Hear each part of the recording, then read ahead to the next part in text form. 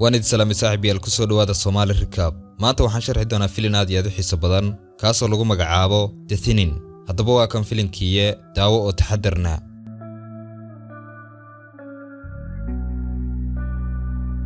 filinku wuxuu ku bilaabanayaa iyadoo la joogo sanadka 2039 dhulka waxa buux dhaafinaya noolaha dadkuna wuxuu markaa ku dhawaanaya inuu dabar go'o qaramada midoobay ayaa ku dhawaaqday inay wadan kasta waajib ku tahay inuu sanad kasta dadkiisa dhimo percentage 5% calaashaan 5% wadan kasta uu laayo markaa dadkiisa iyadoo amaradaas la raacayo Mareykanku wuxuu dhaqan geliyay xeer la yiraahdo The Thinning waa imtixaan markaa sanadla ah oo ay qasab ku tahay arday kasta inuu galo ardayga ku guul dareystay imtixaanka xukunkiisu waa dil inta kadib waxa layna tusinaya gabadh lagu magacaabo Liana waxay wax baraysaa markaa arday dugsi sare ah oo lagu magacaabo isagana Simon waxa ku adag xalinta xisaabta wuxuuna Liana weydiistay caawimaad waxay soo saartay iyaduna muraayadaha indhaha kuwaas oo markaa lagu qisho imtixaanka waxayna u dhiibaysaa isaga isla markiiba wuxuu xidhanayaa muraayadaha wuxuuna arkayaa inuu maareeyo inuu awood u leeyahay markaa inuu xaliyo dhammaan xisaabaadka dhan kale wiilka gudoomiyaha magaalada oo lagu magacaabo Blake habeenkii ayuu gurigiisa si dhuumasho uga soo baxaya oo gaarigiisa kula kulmaya markaa saaxiibtiina waxa lagu magacaabaa Elay Blake wuxuu bilaabay inuu ka hadlo imtixaanka ay geli rabaan maalinta xigta Elay aad ayay markaa iyaduna uga warwarsan tahay arrintaas laakiin Blake wuxuu niyadda ugu dhisayaa inay baasi doonto imtixaanka isla markiiba mid ka mid ah ilaaliyaha Blake aabihii ayaa arkay oo soo waday isaga wuxuuna keenay xafiiska aabihiisna waxa la dhahaa gudoomiye Reddy wuxuuna ka xanaaqsan yahay inuu Blake si dhuumasho uga baxo guriga wuxuuna u malaynayaa in Elay ay tahay markaa qofka ka mashquulisa wiilkiisa maalinta xigta waa maalintii imtixaanka arday badan ayaa markaa isugu soo baxday barxadda iskuulka waxayna marayaan baaritaan ka hor inta aysan imtixaanka gelin Blake wuxuu weydiisanayaa Liana muraayadaha qishka imtixaanka laakiin ma aysan siin Liana iyo saaxiibkeed Klein waxay taagan yihiin laynka si ay gudaha u galaan mid ka mid ah ardada ayaa gacmihiisa ku soo qortay qish ka hor inta aan la qaban wuxuu isku dayay markaa inuu baxsado waxa qabatay ilaalada qofna ma awoodo inuu ka baxsado imtixaanka gudaha iskuulka Blake iyo saaxiibadii waxay ismaacsalaameyeen markoodii u dambeysay ka hor intaysan imtixaanka gelin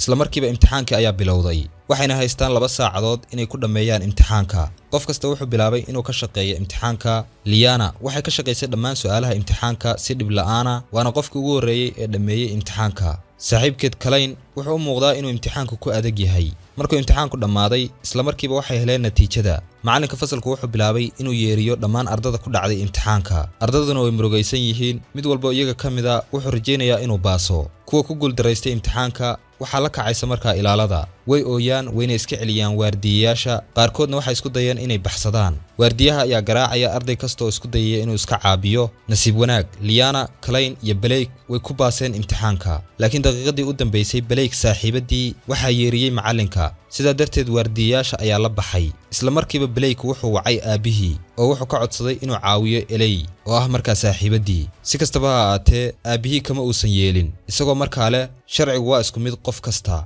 isagoo oo xanaaqsan ayuu u soo cararay dhinaca waardiyayaasha si uu u badbaadiyo saaxiibadii wuxuuna weerar ku qaaday waardiyayaashii wuxuuna saaxiibadii ka codsaday inay baxsato laakiin nasiib darro qofna ma awoodo inuu baxsado hadda waa sanad kadib iyo 4 saac ka hor inta aysan bilaabin imtixaankoodii sanadlaha ahaa tani waa Liana walaasheed ka yar oo lagu magacaabo Corina waxaana isku diyaarinaysaa imtixaankeedii ugu horeeyay albaabka ayaa la soo garaacay waana macallimadii Liana Miss Bridge oo Liana iyo walaasheed u xanaanaysa sida caruurteeda tan iyo markay dhimatay hooyadood waxaana isku dayaysaa inay dejiso Liana maxaa yeelay biri waxa imtixaankeedu ugu horeeyay galaysa Corina Liana waxay ka warwarsan tahay markaa walaasheed laakiin macallimadu waxay u sheegaysaa inay wax walba hagaagi doonaan dhan kale Blake gudaha qolkiisa wuxuu ku duubayaa muuqaal wuxuuna damacsan yahay inuu dhammaan su'aalaha imtixaanka uga jawaabo si qaldan si uu uga yaabiyo aabihii waxa la gaaray maalinta imtixaanka Liana waxay walaasheed keentay xanaanada caruurta isla markiiba caruurtii waxa u bilowday imtixaankoodii macallimada caruurtuna aad ayay u warwarsan tahay sababtoo ah ardada qaar ka mid ah ayaa la rabaa in la dilo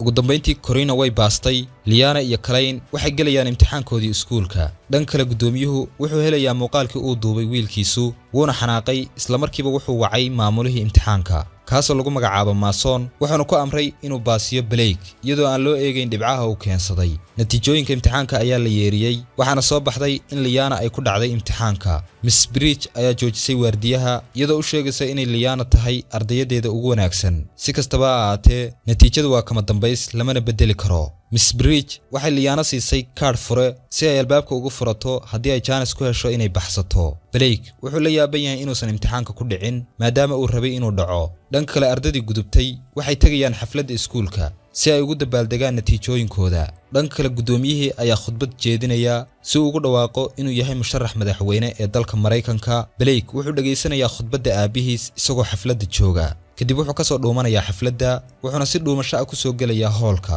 isagoo garaacaya mid ka mid ah ilaalada. kadib wuxuu aadayaa qolka kantaroolka. dhanka kale Liana iyo ardadii ku dhacday imtixaanka waxaa la gelinayaa qol waxaana lagu qasbayaa dhammaantood inay bixiyaan markaa dharkooda.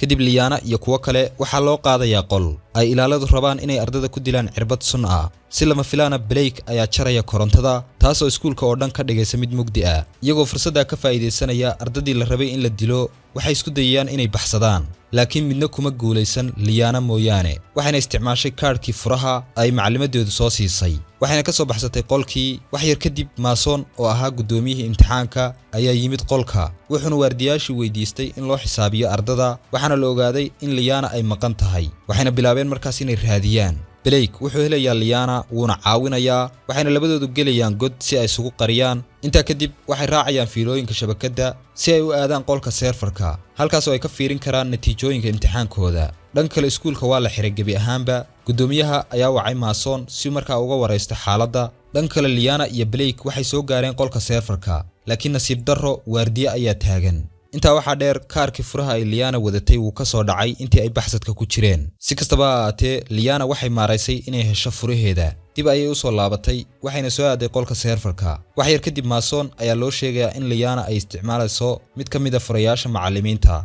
wuxuuna hal meel isugu keenay dhammaan macallimiinta si uu u baadho macallinka siiyey Liana furaha. xilli ay Miss Bridge ay qolka markaa kula jirtay mid ka mid ah macallimiinta waxay si xarfaannimo ah uga qaadaysaa furihiisa isagoo markaa aan dareemin. Mason wuxuu sii wadaa hubinta macallimiinta. Miss Bridge way isbadbaadisay iyadoo tusaysa kaarka furaha ay macallinka ka xaday. mar hadduu macallinkani uu yahay macallinka kaliya aan haysan kaarka furaha Mason wuxuu ugu hanjabay inuu sheego halka ay Liana joogto. si kastaba ha ahaatee wuxuu ku adkaysanayaa inuusan waxba ka ogeyn. Liana waxay ugu dambeyntii tagtay qolka serverka waxayna furtay kombiyuutarkii iyadoo adeegsanaysa kaarka furaha laakiin Mason wuxuu kombiyuutarka ku xiray password. kadib waxay qoraal u diraysaa saaxiibkeed Kalayn oo ku fiican inuu jabsado kombiyuutarada. muddo kadib Kalayn wuxuu helayaa markaa qoraalkii ay u soo dirtay Liana wuxuuna ka caawiyey inay isticmaasho kombiyuutarka. Liana ayaa markaa raadinaysa natiijadeeda waxayna ogaatay inay heshay 98% ayna dhacday halka Blake uu helay 15% haddana uu baasay. waxayna bilowday inay sii samayso baaritaan dheeri ah waxayna ogaatay in LA ay heshay 88% haddana ay dhacday halka kuwa ka dhibco hooseeya ay baaseen. waxayna ogaatay in la musuqmaasuqay natiijooyinka ardada gudoomiyuhuna uu rido cidda uu rabo. Liana waxay saaxiibkeed Kalayn u dirtay fayl ay ku qoran yahay darajooyinka la musuqmaasuqay laakiin isla markiiba waxaa soo laabatay korontada. Masonna wuxuu arkay in Liana ay ku jirto qolka serverka. Liana way fahantay in la arko wayna carartay. si kastaba ha ahaatee Mason ayaa qabtay. isla markaaba Kalayn wuxuu helayaa fariinta Liana wuxuuna la yaabayaa sida loo musuqmaasuqay darajooyinka ardada. Kalayn wuxuu saaxiib la yahay wariye wuxuuna faylkii ugu diray email kanaalka wararka warkii sheegayay in imtixaanka la musuqmaasuqay ayaa laga sii daayay TV-ga. markii ay tala ka baxday gudoomiyaha waxa uu yeeray madaxa xisbiga waxaana loogu hanjabay in la joojin doono musharaxnimadiisa madaxweynenimo. isagoo aan doonayn inay taasi dhacdo wuxuu dhammaan eedeynihii ku tuuray Mason wuxuuna iska dhigayaa inuusan waxba galabsan. sidaa darteed ma haysto wax kale oo aan ahayn in la dilo kuwa dhab ahaantii ku dhacay imtixaanka oo uu ku jiro wiilkiisa Blake. Mason iyo waardiyaashu waxay Liana geeyeen qolka si ay u dilaan iyada iyo kuwa kale oo uu ka mid yahay Blake. Mason wuxuu wacay gudoomiyaha si uu u weydiiyo fulinta dilka ardada inay sii wadaan laakiin gudoomiyaha ayaa joojiyay oo u sheegay in ardada dhab ahaanta u dhacday oo kaliya lagu fuliyo dilka oo uu ku jiro wiilkiisa Blake waxaana la sii daayay Liana iyo arday kale oo ku guuleysatay imtixaanka. filimkiina markaa saas ayuu ku dhamaaday. haddii markaad xiisaysid muuqaalada noocan oo kale ah fadlan channelka subscribe saaro sidoo kale muuqaalkan like garee si markaa dad badan uu gaaro. waana kaaga mahad celinayaa daawashadaada muuqaalkan ilaa halkan aad soo gaadhay. intaan muuqaalka xiga ku kulmayno waxaan idinkaga tegayaa. assalaamu calaykum waraxmatullaahi wabarakaatu.